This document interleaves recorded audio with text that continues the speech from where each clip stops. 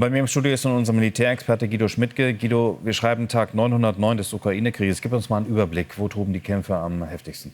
Ja, vielleicht wichtig, um noch mal zu erwähnen, was gerade Ibrahim Naber auch gesagt hat. Die Verluste auch auf ukrainischer Seite sind enorm bei dieser Gegenoffensive.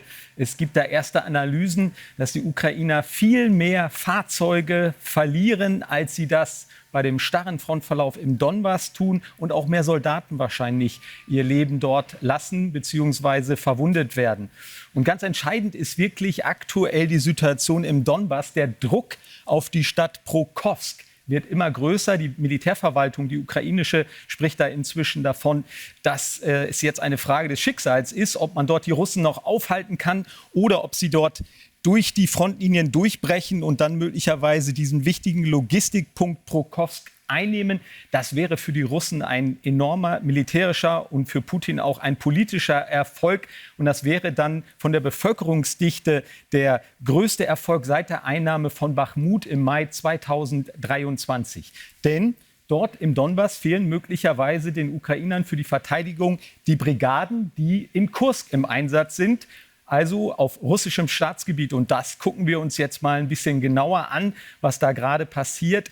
Dort sind die Ukrainer weiter auf dem Vormarsch, aber inzwischen sollen die Russen dort 5000 Soldaten als Reserve in dieses Kampfgebiet gebracht haben. Nicht unbedingt Elitetruppen, die in der Lage sind, diesen Kessel, diese Tasche, die die Ukrainer bisher erobert haben, wirklich zurückzuerobern. Aber, wir haben es gerade gehört, um den Ukrainern dort mehr Gegenwehr zu leisten. Ganz entscheidend sind wirklich diese 3 Brücken und der Fluss Sjem im Westen des Gebietes, was die Ukrainer bisher eingenommen haben.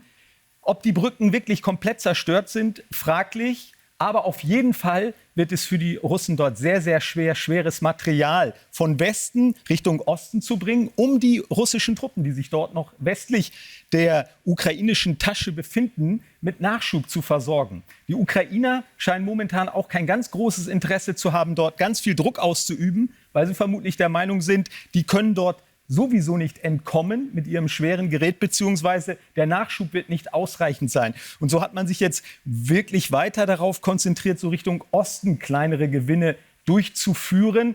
Entscheidend ist dort auch, sind die Russen in der Lage, Pontonbrücken zu errichten? Eine Brücke gab es da schon.